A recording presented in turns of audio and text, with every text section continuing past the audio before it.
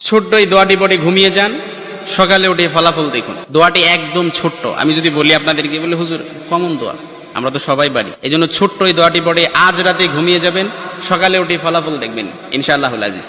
আপনি মাথা থেকে বোঝা নামিয়ে ফেললে যেরকম হালকা হয়, আপনি এরকম হালকা মনে করবেন। আপনি মনে করবেন আপনার সমস্ত গুনাহ মাফ হয়ে গেছে, এরকম একটা হালকা অনুভূতি আপনার ভেতরে কাজ করবে। খুশি হয়েছেন মনে হয় না?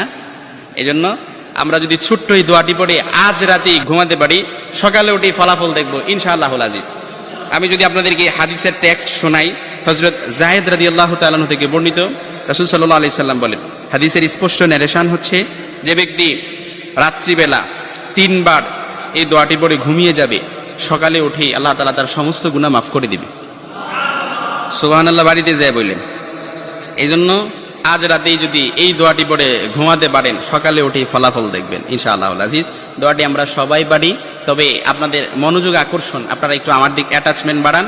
আমি আপনাদেরকে বলতেছি, সবাই পারি, আমার সাথে একটু ঠোঁট মিলাবেন। আস্তাগফিরুল্লাহাল্লাযী লা ইলাহা ইল্লা হুয়াল হাইয়ুল কাইয়্যুম ওয়া আতুবু ইলাইহি লা হাওলা ওয়ালা কুওয়াতা ইল্লা বিল্লাহিল আলিয়্যিল আযীম।